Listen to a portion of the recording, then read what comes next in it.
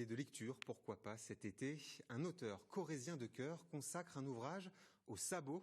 Il raconte la vie des derniers sabotiers du Limousin et à travers elle, le quotidien d'antan. Isabelle Rio et Dounia Siri l'ont rencontré. Jean Alambre est né et a vécu à Paris, mais c'est la Corrèze qu'il a choisie il y a quelques années. Passionné très tôt par la langue et la culture occitane, son dernier ouvrage raconte le Limousin rural. Tout est parti de son regard porté sur une paire de sabots qu'il avait depuis plus de 30 ans.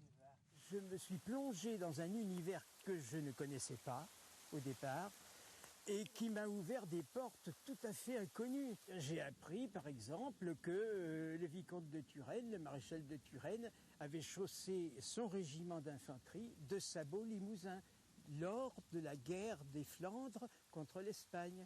Le sabotage nous vient au XIXe siècle du fait que les ouvriers mécontents, ils saisissaient leurs sabots, ils les jetaient dans les machines et bloquaient le fonctionnement de l'usine. Le sabot impose un rythme. Il signe une vie dure, autant pour celui qui le porte que pour celui qui le fabrique. Les sabotiers étaient des gens extrêmement courageux et qui ne rechignaient pas devant l'ouvrage. Ils ne comptaient pas leurs heures de travail. Comme l'était notamment le dernier sabotier du pays des Monédières, Martial Graille. Il avait 77 ans quand il a choisi l'arbre de ses derniers sabots. Essentiellement du noyer. Cet arbre ce bloc est un bloc de noyer que Martial Graille allait choisir lui-même avec beaucoup de précision en Périgord, du côté de Terrasson.